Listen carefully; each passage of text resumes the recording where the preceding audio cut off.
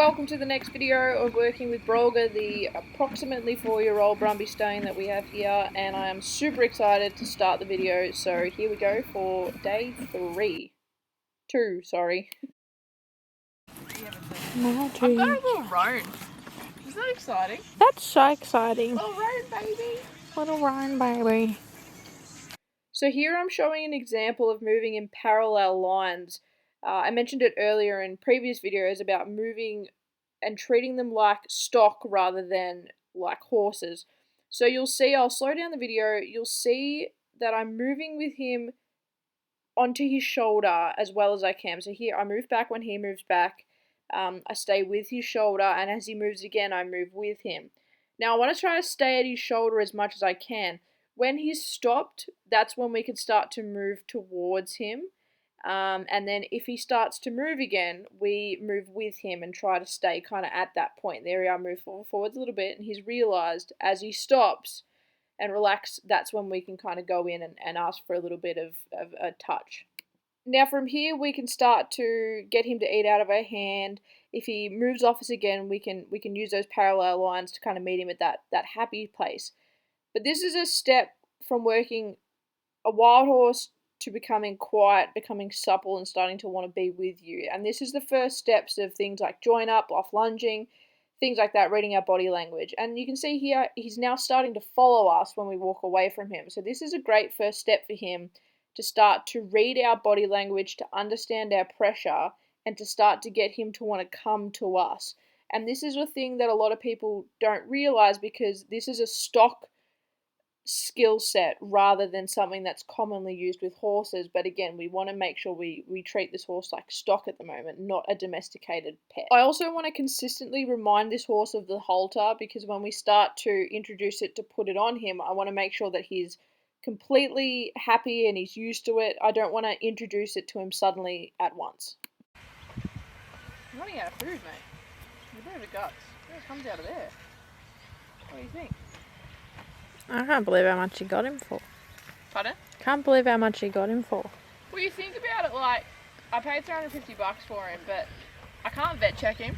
No. I can't go look at him. I don't know what his history is. I don't know if he's gone, like, Yeah. I don't know nothing about him. It's not like, oh, these were his parents, or I bought him off this person, or I bred him and he just sat in a paddock for his whole life, you know what I mean?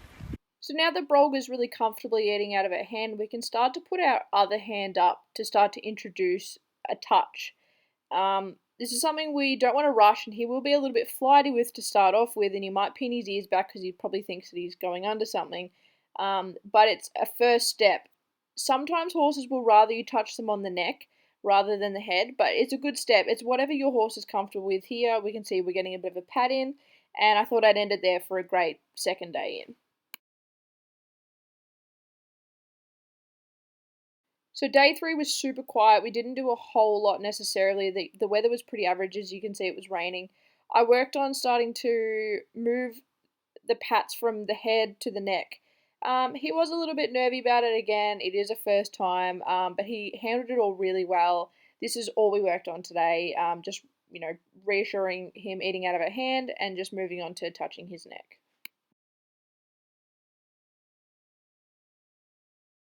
I'm going to be completely honest with you guys, day 4 was not our day, and this series I want to be completely transparent with how every day goes, whether it's successful or not. So I wanted to make sure we were stepping forwards and not backwards. Unfortunately, after a bit of work, he was not eating out of a hand, so we brought him into the round yard and did a little bit of join up as best we can. Here I'm doing the parallel lines, back to that livestock handling skill. And it felt like we were back worse than the first day that he arrived. So today was just making sure that we weren't going backwards. It was just trying to get little things out of him. We did have a considerable amount of rain overnight, and I think the weather just really threw him off.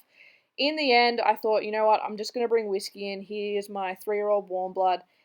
But these horses have huge survival instincts, so by having another horse there, it definitely helped him out a lot to kind of bring him back down, calm him down, and realize that everything was okay. There was no stress. And the one thing I wanted to make sure was we didn't lose our cool. We kept everything super relaxed and we didn't get frustrated. And by the end, we managed to make a good step into getting back to being able to touch him. And that was it. That was the end of our day. We called it quits there. I didn't want to push my luck, and that's part of it. So day 5, we decided to use a new technique that I'd seen to catch him. Rather than using a lasso, you kind of catch him like so with 2 people. Be very mindful not to get behind him here. He's in a bit of an odd spot, so we kind of changed directions so we were a lot safer. And honestly, we found this technique to be super, super successful. I didn't really want to throw a lasso over him. I'm not a big fan of that. And we found this method to be so much easier. He was really good. Here he's starting to learn a little bit about the pressure. Once he stops pulling on the rope, I give him a little bit of slack. Just here. And we did have a bit of a blip moment. This was our blip moment where he decided to test out the boundaries, see what was going on, and that was the end of it. That was the most traumatic of it all, and I wouldn't even call it that. After he'd had his little moment, we just let him calm down a little bit and started to move in on him. He was fantastic, considering yesterday's results with how unsuccessful I felt like we were with the day and the weather and everything. He was super, super good today. I could not fault him. He's just back to his normal self. Depending on how he reacted was very dependent on whether or not we thought about getting a halter onto him. And today he was just himself. So I thought we'll give it a crack, see what happens. We did reintroduce the halter to him. Again, chucked the rope over him. As you can see, he was completely normal. As mentioned previously, we do make sure that he has exposure to that halter well before we even introduce to put it on him, so he's familiar with it. It did take a little bit to get the back half of the halter onto him. We do use nylon halters because it's much easier to get the nose part over him rather than a rope halter. Again, I've explained this previously with everything. So got the back end over him. He was a little bit nervous. God, I wish I had a third hand because it is very difficult to make it all work. Once that back part was on, it was a lot easier. As you can see, he's being very trusting, very good boy. And then obviously doing up the front part is a lot easier than trying to slip the front nose over it and do up the back. And that was it. We had a halter on, and honestly, I was so thrilled to have that. It was amazing. We've put a little bit of a drag rope on him so that he can start to learn to that, if he steps on it, as you can see, he has a little bit of a moment, and that is the end of it. So that was the end of our day 5, and I'm so thrilled with it. And that's the end of our video, and hopefully day 6 will be another day and we can start to move forwards from here.